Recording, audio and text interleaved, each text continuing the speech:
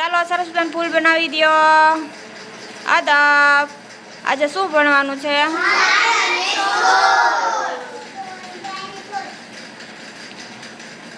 કેરીના ઝાડને શું કહેવાય?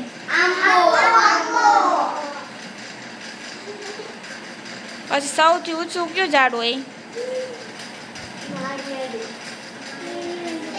નાળિયેરી ક્યાં થાય?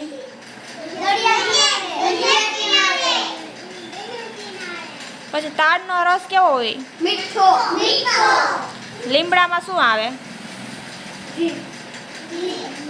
લીંબોળી. લીંબોળીનું શું બને?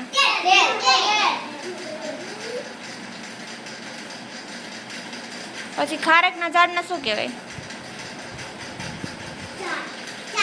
ખારેકનું ઝાડ જ કહેવાય. ઝાડ કહેવાય. પછી ફણસ કેવું હોય? હોય ને કાંટાવાળું. આસાપાલવ છે એને પાંદડાનું શું બને? તોરણ બને ને. બિલ્લી છે એના પાન કોને ચડે? સરસ, વેરી ગુડ.